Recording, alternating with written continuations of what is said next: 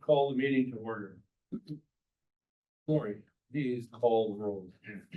Ferrari. Here. Colvin. Here. Fitzgerald. Here. Close. Here. Moreau. Yes. Stillman. Here. Bentley. Here. Empty. Here. Me.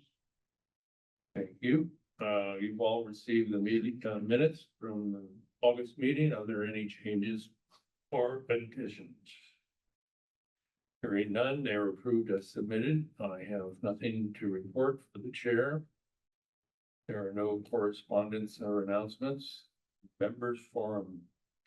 Ms. England, please state your name and address for the. Yep, there you go. You have 2 minutes. I'm Mary England. Good morning, 1200 Fairlawn Court, entry 5. And I play Creekside. For the last 2 years, I've asked for help cleaning up the tee boxes on Creekside. I can report we're doing a great job. Staff and employees put out new tee boxes on each setting in the tee boxes, and people have gotten a grip. So it's really working. Thank you to everybody. Thank you, Mark. Great job. Thank you, Mary. All right, Mr. Bentley. Okay, the lake liner and the bridge replacement, the lake liner is, gonna be, seriously looked at next year in 2026. The bridge replacement, should be finalized for all of the governmental analysis and the, architectural stuff by the end of Q4.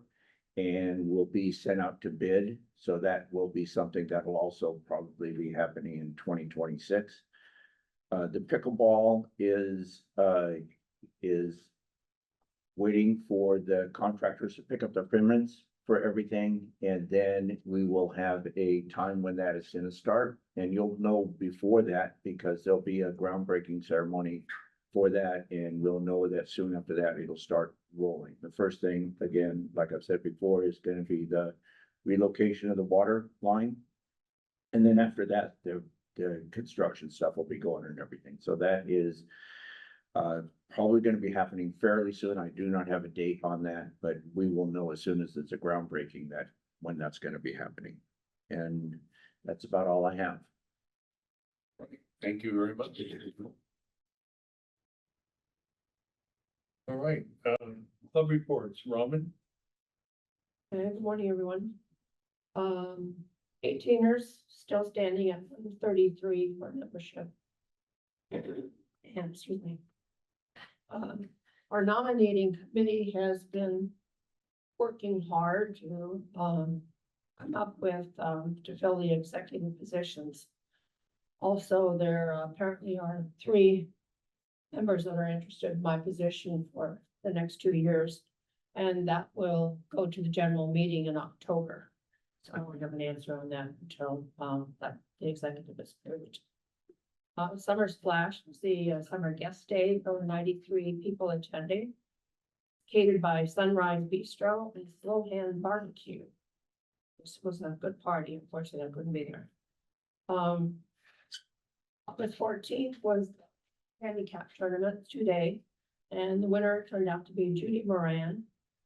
I think she shot a net 63 or something. It's some incredible score, best she ever had. Lunch was catered by Sweet Affair, and everybody enjoyed the day and the night. Thank you. All right, Judy. The Niners presently have 164 members with 2 social members. The nomination committee just completed their slate of officers for next year, and they're going to be posted tomorrow. But if anybody wants an early update, I'll let you know. We just finished the TOC in August, and there was a group from the red and a group from the gold, and only the red team winners will represent Rossmore in the Winga event. Match play just started yesterday, and it will continue with the 2 groups as well, red tees and gold tees. There are 37 players with a consolation round, and there's follow the field after each one of the events. For those people not playing in match play. The Niners will be forming two committees. One is for concerning players not posting. I guess that's probably a lot of problems. I'm not sure what the conclusion will be for them to, a solution. And then they're going to create a code of conduct. For, a group that will create a code of conduct. That's it. All right, thank you. Men's Club? Yes. The men's club currently has 323 total members, including, that includes 9 resident guests and 3 golf shop professionals. We continue to, with our away tournaments this month with events in Clairwood, actually it was yesterday, Claremont, I should say, I'm sorry. Blue Canyon next, Wednesday, and Orinda Country Club coming in. We've also teamed up with the 18ers and 9ers for an all club R3 event on September 3rd. And we'll hold our version of the Ryder Cup on the 23rd. And then ending the month with the September Twilight event on the 24th. Further, we had a 9-hole tournament on Creekside this past Wednesday. The past Sunday saw us hosting the older kids on the first tee of Contra Costa with 10 young men aged between 15 and 18. We also had 15 RMGC members to either play along with the boys or to cook up a hot dog barbecue lunch with the entire group. Needless to say, it was a lot of fun that day. Kind of mentioned it before, but anyone is interested, these kids are phenomenal. So if you have a chance to come out and see them sometime, please do so. Also on Mondays, I believe Mark could tell you more about this. They have the high school kids come out and practice in the afternoons. Is that a Monday? Not a Monday. What day? You mean the girls team right now? Well, they have the high school Yeah, golf club yeah, that's Wednesdays and Fridays. Wednesdays and Fridays. So if you guys want to see these kids play, come on out and just watch them tee off on the first day. They're good. This month, board meeting, we had a unanimous agreement to offer our support to the RWC board in the pursuit of obtaining future water supplies for the entire community, and especially for the future of the golf facilities here at Rossmore. And I had mentioned it last time, but I had hoped that the other clubs would also speak to the membership to see if that also would be helpful in offering support if and when the RWC starts that process. Maybe you can help us there a little bit, then finding out when it's happening and what you need from us, if anything, other than just good old support. I can tell you that the board constantly is trying to get something going with the city. Walnut Creek, the city of Walnut Creek has no desire to get any water assistance to us, such as reclaimed water. And Contra Costa County is working on a thing that's called, this is gonna be interesting. It's called toilet to sink. Where they- Oh, where they gotta have a better name than I, that. they picked it, San Diego coined the name and they're doing it, and Walnut Creek, or Contra Costa County is now looking into this, and they're going to put water into Long Caris Reservoir, I don't believe it is. Which one? Los Vaqueros? Oh, yeah, that one. I always get that name messed up. They're putting it into that reservoir, and then it'll be coming back into all of the drinking water for the people who are on that line. They think that that's the easiest way than to run separate lines to, the big push to get golf courses taken, for, reclaimed water. The SWRF is an extremely expensive proposition to do, and it, although there is a probably break-even point about 15, 20 years down the line with the cost of water and the sewer. It is a big expense to put out now, and pushing, the last time we looked at this 3 years ago was $17 million. So I'm not sure that there's a lot of interest in working in that right now. We really think that the city or the county should be stepping up and helping us out. But we're still working and still pursuing on that, and it usually is a part of all the meetings that we have. We do talk to the representatives from Walnut Creek about it. And also we do have some people that are talking to our legislative people, both in California and federally. So not sure where it's gonna go, but we do work on that all the time. So this water reclamation, right? Is that what they're basically talking about? Yeah, they're gonna reclaim the water, all of it, that it comes down into the system, and then they're going to put it into the reservoir.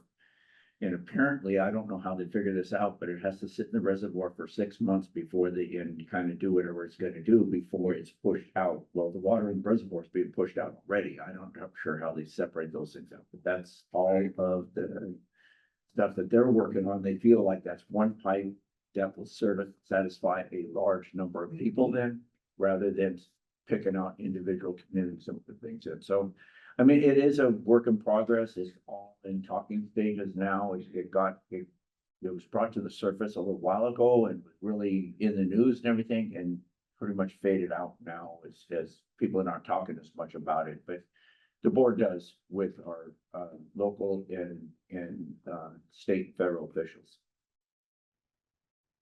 Interesting, because when this came up last month, I spent some time on the East Bay Mud website.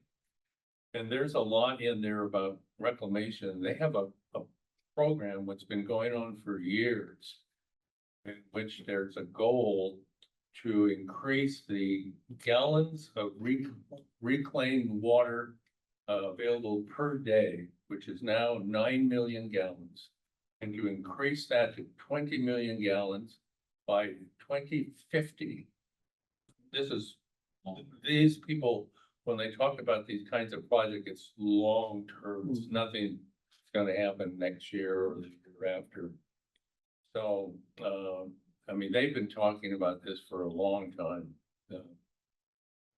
I don't know, and maybe when a couple years ago, when we were all at that meeting, I don't know, maybe this things kind of surfaces every once in a while, and particularly when we have a drought, and everybody gets nervous about it when they start talking, but over the long run, they've been working on this for a long time. Yeah, and there's two, unfortunately, we're not considered a heavy user. But the refineries use a ton of water, which is drinking water right now, which is one of the people that they're thinking about, because it's a short distance from where the reclamation plant would be, and to get it to them. And then the other one is running a line up to the reservoir. So those are the two that are kind of coming up to the surface of who gets the water. They're not really thinking about pushing it into the cities and pushing it and using it in the parks and things like that. Just, yeah, because those are considered a lot I of. guess if you get those heavy users though, that provides more water for everybody else, right? I mean, if you could do that recycled water, there's now not necessarily a surplus, but there's more of the regular water available to Yes. homes and. It should, but in reality, that means you're suggesting they're lowering the prices to everybody else because we Oh, haven't. no. Because I don't want that's gonna happen. Water's not going down, yeah. Yes, What we get now for the golf course, is that recycled? it's your drinking water. It's drinking water, yeah, it's East Bay It's mud East water. Bay mud water. We turn on the tap, on the fairway side of the golf course. I believe that's the one that comes from Mhm. East Bay Mud. So on the fairway side of the golf course, well, fairway one, that is, when you see water coming out of that big white pipe, that's drinking water. On the far side, which is the fourth hole, when it's coming out of that pipe, that's being pushed up from the creek. So you can see which one is running, and you can tell are we buying it or are we recycling it? Hmm. So, So that would be an obvious savings, wouldn't it? To have Mhm. golf courses watered with reclaimed right, rather than drinking water. Well, the use of gray water is something that's never talked about, and that's something that should be really considered, in my opinion. Both for here and for other golf courses in the community, because it's not the drinking water, it's recycled, but it's gray water. It's out of your washing machines and toilets and everything else that's been filtered out, so. In any event, we would like to be able to be involved if at all necessary or required or helpful to you. Let us know, please. And again, I encourage the other clubs to consider getting involved in that as well, and just voicing their opinions to the board. And then finally, this is one request I've had from several board members, and Mark, I'm sure you will kind of snicker at this, but nonetheless, it's a request. That the groundskeepers start their daily work on the dollar course from the rear of the course, working their way forward to prevent the course maintenance machinery from following the golfers as they play from 1 through 18. It seems that there's several moments at least that many of the members here complain that they'll start off on 1 and the machines will be cutting the fairways and they get to 2 and those machines have moved up to 2 and so on. They just seem to follow the pace of play with the golfers, and it's kind of frustrating to have those guys there all the time in front of you. So if that's something that be considered, that would be appreciated.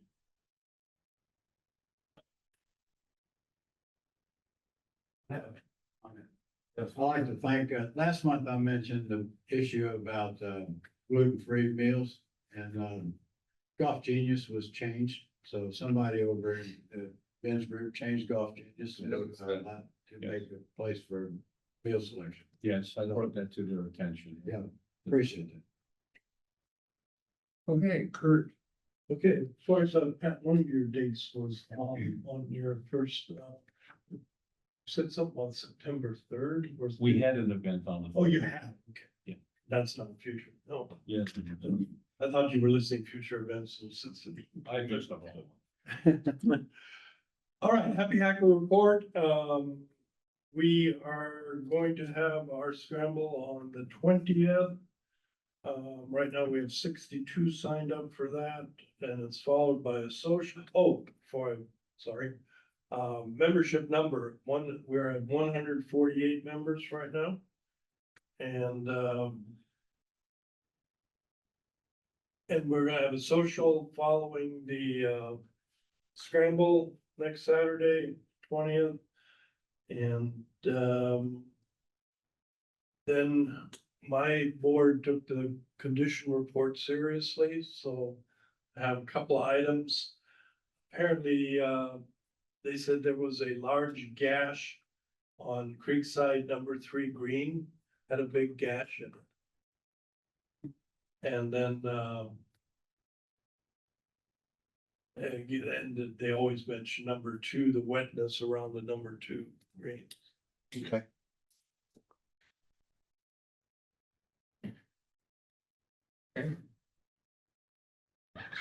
Oh, that's it, thanks. Yes. Sorry. Okay, Lauren. I've noted those items for those things that came up from the club, so I'll mention that to Blake, see if we can have some solutions. Good morning, everybody. The golf management report starts with good news on August as we continued the string of good play through the summer. It was slightly off from 2024 August because that was the best month last year, but only by 150, 200 rounds. So it was really still an extremely good month. We're running nearly 10% above last year's play overall.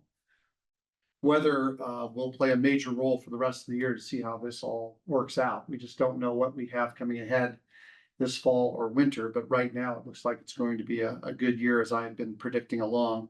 Cash receipts are excellent. We've collected nearly $1.3 million in green fees, and that's $150,000 above last year.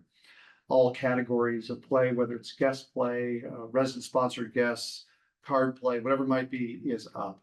Golf shop business also continues to be very good in large part because of the cart rental, golf lessons, and merchandise sales. People will start getting mentions about golfers using their credit now that we're getting toward the end of the tournament season and we get into the holidays. If you've been in the shop, you may see that there's a lot more stuff that's coming into the shop in all categories. I'm meeting a lot with salesmen. I generally am spending somewhere between 3 and 4 hours a week meeting with representatives. The time we do that is we look at what's going to happen in 2026 in merchandise. The board approved the pickleball facility, as Ted mentioned. I can tell you, the Huff Construction, who does a very good job. Huff did for instance, they did the building here and across the way at the event center. They're reputable. They do a good job. They will be working on the pickleball, and they've reached out to both Blake and I. And no meeting set yet, but we'll be talking to them soon about what that is going to entail as far as moving the water line. The golf course is definitely showing some wear of a long summer. We're continuing to see some late seasonal problems of dry spots and wet spots. That is common. The difference is we do have a lot more grass than we've had generally in late August and into September. The combination of soil conditions, grass types, sprinkler patterns, and wear create some of those poor conditions that we're talking about. The next 45 days, September into early October, will still continue to be difficult, especially as the sun sets differently. We get more shade. You got to water the grass, but in some areas there's going to be more shade, so you're going to have some wet spots. The crew will do its best to keep up with those seasonal changes. Greens aerification is going okay.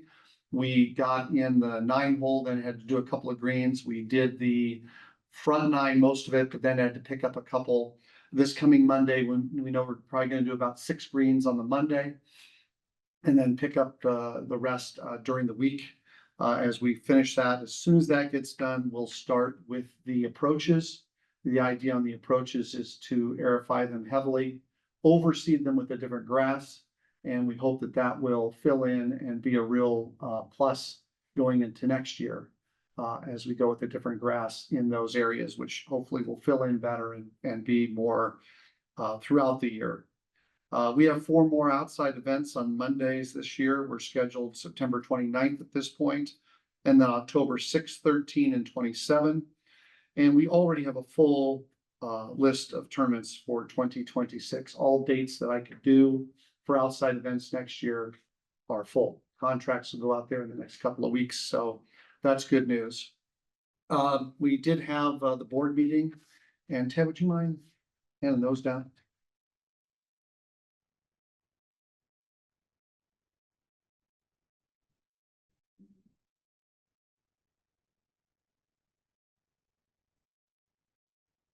So I spent a good amount of my time over the last month working on the budget for 2026. A lot of research had to go into it, a lot of information I did want to present today. Remember that none of this is finalized. The board will not finalize the budget until the end of the month meetings, but we spent 2 days this week, Tuesday and Wednesday, in meetings on all parts of the Rossmore budget. Everything was gone over. Ted led it, actually. Nice job, Ted. You kept the meeting rolling, which is good. On the golf side, though, I did want to mention on the budget, we have reported here that we are going to be spending more money on water next year. There's just no question about it. Along with the increases and the creek flow, we have to be prepared for that, which means some of the prices are going to have to go up to do that. I tried to take the tact of being as good as possible on that. We had not raised the annual or quarterly card for a couple years. The break even on that number now is 80. In the past, it's been 74, 75. You can see the daily rate for residents did not go up because it went up recently. But I did raise the annuals to 2,400 and 1,200, and then quarterlies to match that. Again, the break even will be 80, which I think is still one heck of a deal for people when you put that out over the entire year. The resident sponsored guest program, it went up $300 last year. I'm raising another $100 in proposed fee this year to get down to $2,000. And then the weekly and holiday and weekend rates for guests are gonna go up between $1 and $2. They also went up recently, but I think they probably, when comparison to other facilities, we probably are warranted and able to have that fee and still have them take on that. So that should bring in enough money, plenty of money to make sure that we are making our budget as far as water in that increase and anything else that may come up. But that's what's happening there. Again, these will be looked at by the board. They've been looked at, they'll be finalized at the end of September. Any comments on that before I go on? Yes? Yeah, Mark, we have, quite a following for resident sponsored guest chair. It seems as soon as that opens up, it gets filled. It's very popular. And the reason it's popular, obviously, are these rates. People like to come here, they play a good course, and it doesn't cost them what they would have to pay elsewhere. I would, like to suggest you revisit the proposed fee for the annual rates and increase it even further. Not that we're trying to push people away, but we get sold out right away. And why not take advantage of that? You know, if we increase that from a number out there to $2,500 instead of $2,000, that's a $600 bump. A lot of money, but these guys do it. These people come and they pay. Take advantage of it. I can't see. Yeah, I mean, that's fine. I felt like the $300 increase this year, another 100, I mean, it certainly can be looked at. Well, it helps offset, in my opinion, again, some of the other things that you may have, like, for example, the 18-hole land card. It's only $160 jump, but nonetheless, it's $160. Perhaps if that can be held and make the difference in the annual, or something like that, or just get that additional money in here to help with the water. Suggestion. Yes, I got a question. Looking at this, the quarterly rate is for the 9 holes the same as the 18 hole? Or am I looking for something wrong? I need new glasses, I know.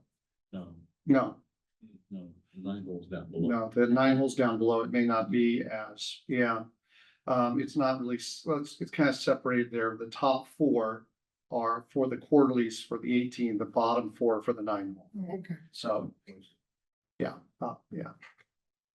Anything else? All right, next thing I want to talk about are the restrooms.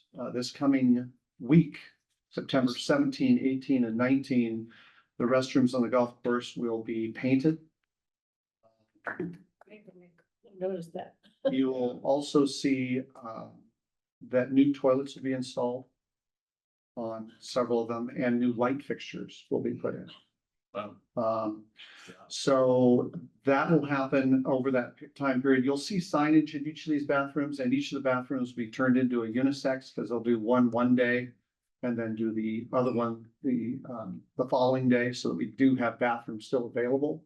But that'll all happen this week. So which, the newspaper article said 2 bathrooms. yeah, the 1 and 2. yeah, the first tee and then also Buckeye. They Over were there. working, yesterday they were working on the one by the 16th green. Went back. They're doing some work there. Yeah, That bad. so it's all good news. They're working on them, and so that's nice to see that work being done. And just so you know that, you know, these meetings are important. They bring forward issues and gives us a chance to look at that. And I thank Ann and MOD and for listening to us and getting that done. So it's a good thing for the golf course. Mark, I was gonna, one addition to that, on the number 1 restroom. Yeah. That tree that you approach by the restroom Mhm. overhangs. I'd like to see that cut back. Lift it a because little bit. It's, yeah, it hits the top of the golf cart as you pull in. Yeah, it needs a good trimming. And I was delighted to see that sign on the restrooms this week. Like the bird nest was gone, and hopefully they'll get the cobwebs out of there before they paint. Okay, I'll look at that tree.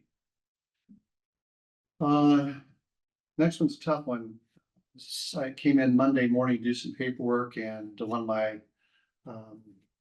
our guy on the golf course, George, who's our foreman right now, informed me that we had some major damage on the golf course. I went up and took a look at it and we had pigs. Didn't know that at the time, what it was exactly, couldn't quite tell. But when they came back the second day, there was definitely hoof marks.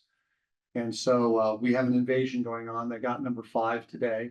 They were on they've hit 3, 4, 5. Yeah. Up there along the hillside. So 4 took the brunt of the damage on Sunday night. We had some more damage in the fairway. Then they moved and they got the 5th tee, women's tee, pretty severely. Tore that up. That's the one major piece when you talk about a golf course that's been hit. The greens have not been hit yet, probably because they can't tear that turf up easily. They're going for the easiest route, which is gonna be oftentimes on hillsides, wetter turf, easy to plow up. Blake and I have done our best this week to counter that by, we've actually had the guys work some overtime that were available. Try and pad that back down, turned all the sprinklers off in those areas, because drier turf, they don't really want to get into, so it's drying out, being patted down, then will be rolled. After it's rolled, it'll be seeded and sanded, those areas, so that they can recover. And that's our plan right now. The other part of the plan is we are looking into a trapper. If this continues, we've gotta move forward with that. What that's gonna look like, I have no idea. Honestly, we'll just have to see what we can do. We know that we've been in contact with Mutual, I think it's Mutual 68, that's had some trappers in the past. So we're trying to see what that might look like. But it's something you have to jump on, because if it continues, it's just the damage is incredible. But we're gonna do everything we can to counter that by repairing it. And there is a season for it. Usually once there's frost and the ground becomes a little firmer, it won't be here. So, but we'll see. We'll see what happens over the next week or two. So just need to report that. Any questions on that? Okay, yeah. And I think, let's see, we can move on. I think I'll move on to the superintendent's report. Is that okay, Bert? Yes. Okay, superintendent's report, the amount of water pumped from the irrigation reservoirs used to irrigate the golf course this year is nearly identical. This is somewhat surprising since we've increased the amount of irrigated turf because we increased the turf that was watered. The cooler weather this year has been beneficial for us overall. Yeah, in other words, the water bill could have been much higher. We continue to be shorthanded. A temp was to start the first week of this month, but did not show. We are still working with the temp agency to see if we can get someone else in here to help us. But that has been futile at this moment, so we've got a month without help from the temp agency. Fall aeration has begun. I kind of talked about that already. And the overseeding of approaches. They've made their second application of selective herbicide, eradicating the kikuyu grass on tees and collars. The third application we made following the greens aerification. Most of our spray applications are made on Mondays when the golf courses are closed. Following the committee's request, we placed new broken tea caddies, replaced the broken tea caddies, had new ones brought in, so we know that. And we've been continuing to be proactive in regards to the completion of prevented tree trimming. We will continue to do that. Most of the trees that, like the one up on number 5 and 6 that went down, have been cleaned up. So we'll continue to be on that and try and do more tree trimming here this fall. Any other questions about the golf course? All right, thank you. Mm-hmm. Yeah, no. Any unfinished business? I don't believe so. Any items for future consideration? Any new business? Oh, I'm sorry. No, that's fine. Let me back up. It's That here, Mr. Fuller. Okay, the only thing is, everybody knows Dell's leaving. House is not sold. She says she'll give us 30 days notice when she decides to file. Yeah. And we're prepared, Mark and I have talked about it, we're prepared, we got 6 or 7 really good guys. And once we get Dell's final, then we'll talk to the I mean, I've talked to him once and then Mark and I will interview. And you and I are gonna have a meeting next Monday, so I can figure out really what's going on. Okay, Okay, thank you very much. Question for Rich, if someone wants to be a marshal, Rich, do they just contact you? then Or contact me, yes, you have Vince application, has already contacted me, Benson did? yes. Okay, and so, I mean, that's the thing, you just contact Yeah. you. Put him on the list, we have another meeting. All right, the next meeting will be Friday, October 10th at 9 AM. The meeting is adjourned. Thank you very much.